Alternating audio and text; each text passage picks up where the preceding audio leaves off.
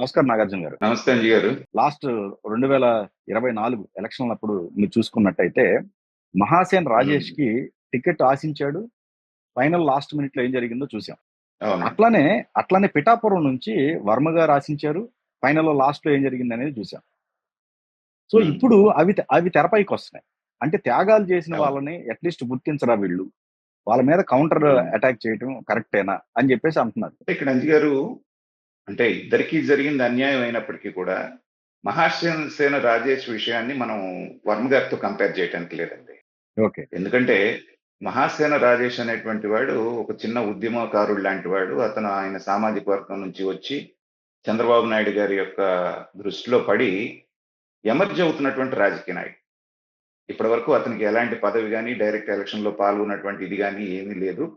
చంద్రబాబు నాయుడు గారు ఏంటంటే యువతను ప్రోత్సహించాలనేటువంటి భావంలో ఉన్నారు కాబట్టి ఈ మహాసేన రాజేష్ కి ఫస్ట్ లిస్ట్ లోనే చాలా మంది సీనియర్లకి అనౌన్స్ చేయకుండానే ఈయనకి ఫస్ట్ లిస్ట్ లోనే అనౌన్స్ చేశారు.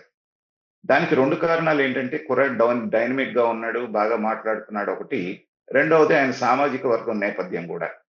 ఎందుకంటే ఓకే. ఎస్సీ సామాజిక వర్గానికి సంబంధించినటువంటి వ్యక్తి కాబట్టి మంచి స్పార్క్ ఉన్నటువంటి కుర్రాడు అనేటువంటిది ఇచ్చారు. అయితే గతంలో ఇతను ఇమ్మెచ్యూర్డ్ గా చేసినటువంటి కొన్ని కామెంట్స్ కొన్ని కులాల మీద, తర్వాత అప్పట్లో ఈయన వైఎస్ఆర్ సిపి వైపు ఉండేవాడు. ఏది మహాసేన్ రాజేష్ అనేటువంటి వ్యక్తి.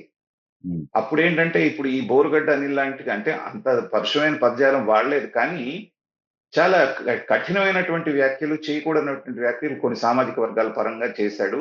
అదేంటంటే అతనిలో ఆ మెచ్యూరిటీ లేనటువంటి తనాన్ని, ఆ కురతనాన్ని తెలియజేస్తాను. అయితే మనిషి అనేటువంటి వాడు ఎప్పుడు ఒకలాగా ఉండడు అంజి గారు. కాలంతో పాటు, అనుభవంతో పాటు మారుతూ ఉంటాడు. చేసినటువంటి తప్పులు తెలుసుకుంటూ ఉంటాడు. కానీ అతని రాజకీయ ఎదుగుదల ఇష్టం లేనటువంటి కొంతమంది ఎప్పుడో చేసినటువంటి ఆ వీడియోస్‌ని తీసుకొచ్చి వైరల్ చేయటం. కాబట్టి ఆ టికెట్ పక్కన పెట్టాల్సినటువంటి పరిస్థితిని చంద్రబాబు నాయుడు గారికి దాని ద్వారా కల్పించడం జరిగింది. ఎందుకంటే అన్ని బయటికొచ్చిన తర్వాత అన్ని సామాజిక వర్గాలు ఓటేస్తేనే గాని గెలవలేని పరిస్థితిలో తెలుగుదేశం కూటమి ఉన్నప్పుడు ఏ సామాజిక వర్గానికి నొప్పి తగలకుండా ఉండటం కోసమే ఇతన్ని పక్కన పెట్టాల్సినటువంటి పరిస్థితి తెలుగుదేశానికి వచ్చింది. ఇక మనం పిఠాపురం వర్మ గారి విషయం తీసుకుంటే, అతను మొదటి నుంచి కూడా తెలుగుదేశం పార్టీ పట్ల విధేయత ప్రదర్శిస్తూ, తనకి టికెట్ రానటువంటి సందర్భంలో కూడా తను ఇండిపెండెంట్ గా వేసి గెలిచి, మళ్ళీ తెలుగుదేశంలోకి ఆయన వచ్చినటువంటి పద్ధతి మనం చూసాం. అంటే ఒక ట్రైన్డ్ సోల్జర్ అంటారు చూసారా?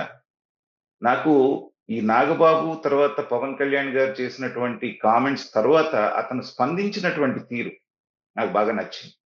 ఒకటి, మొన్న రెండో విడత ఎమ్మెల్సీలు ఇవ్వనప్పుడు చాలా మంది ఏమనుకున్నారంటే వర్మ గారు అలుగుతారు, పార్టీ నుంచి బయటకు వస్తారు, లేకపోతే తిరగబడతారు. ఈ వైఎస్ఆర్సీపీ బ్యాచ్ అంతా అది ఎక్స్పెక్ట్ చేసింది. ఆ సందర్భంలోనూ చాలా హుందాగా బయటకు వచ్చి చంద్రబాబు నాయుడు గారు ఏం చెబితే అది, ఏం చేస్తే అది నేను విధేయుణ్ణి ఉంటాననేటువంటిది ఆయన చెప్పిన పద్ధతి ఏంటంటే, ఒక కార్యకర్త, ఒక నాయకుడు అనేటువంటి వాడు పార్టీలో ఎలా ఉండాలి అనేటువంటి దానికి ఒక ఎగ్జాంపుల్ సెట్ చేసింది. అలాగే నిన్న సుతిమతి లేకుండా నాగబాబు మాట్లాడినటువంటి మాటలకి ఆయన అంతే దీంట్లో ఒక చిన్న ఉదాహరణతో గోదావరి ఎక్స్‌ప్రెస్ తోటి పోల్చేసి ఆయన కొట్టేయటం అనేటువంటిది చూస్తే ఏంటంటే అది రాజకీయ పరిణితిని తెలియజేస్తుంది. వడ్డించేవాడు మనవాడే అయినప్పుడు బంతిలో ఎక్కడ కూర్చున్నా ఒకటే అనేటువంటిది బలంగా నమ్మినటువంటి వాడు వర్మ గారు. నాయకుడికి ఉన్నటువంటి కంపల్షన్ ఆయన అర్థం చేసుకున్నాడు కాబట్టే ఇన్ని సార్లు పదే పదే ఇది మూడోసారి ఆయనకి డిసప్పాయింట్‌మెంట్. ఎందుకు మొదటి విడత ఎమ్మెల్సీ‌ల్లోనే ఇవ్వాల్సింది. ఆ రోజున జరగలేదు.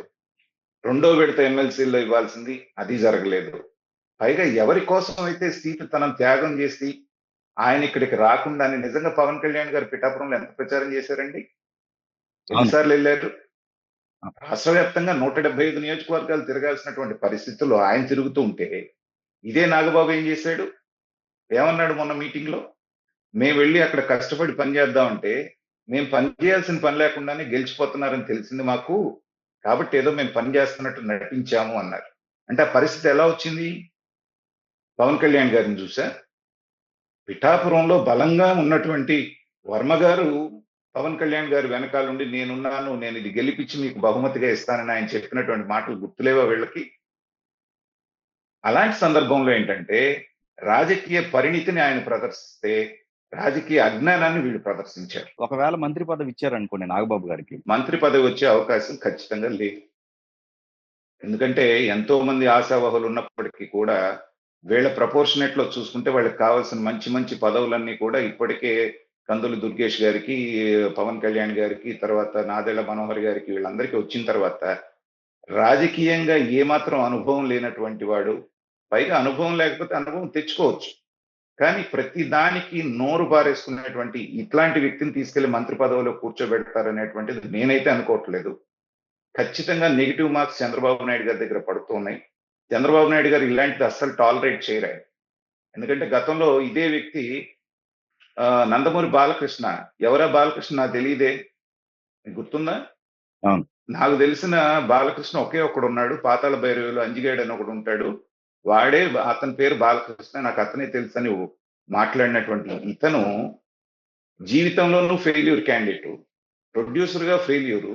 పొలిటికల్ లీడర్‌గా ఫెయిల్యూర్ క్యాండిడేట్ అయినటువంటి ఈ నాగబాబు గారిని తమ్ముడు అనేటువంటి ఒక పారాసైట్ లాగా ఈ మాట మాట్లాడటానికి నాకు కొంచెం ఇబ్బందిగానే ఉంది గానీ అంజి గారు, నిజం మాట్లాడాలంటే ఆ రోజున చిరంజీవి గారికి పారాసైట్‌గా ఉన్నాడు.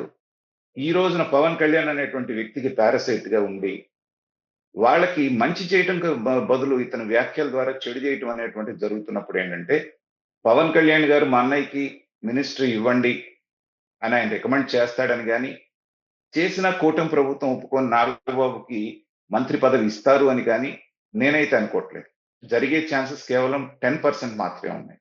కానీ ఆ 10% ఛాన్సెస్ ద్వారా గనక ఇతనికి మినిస్ట్రీ గనక ఇస్తే, ఇన్నాళ్ల పాలనలో ఈ ఎన్‌డీఏ గవర్నమెంట్ ఏదైతే ఉందో చేసినటువంటి అతి పెద్ద తప్పు అదే అవుతుంది అనేటువంటిది నా భావం.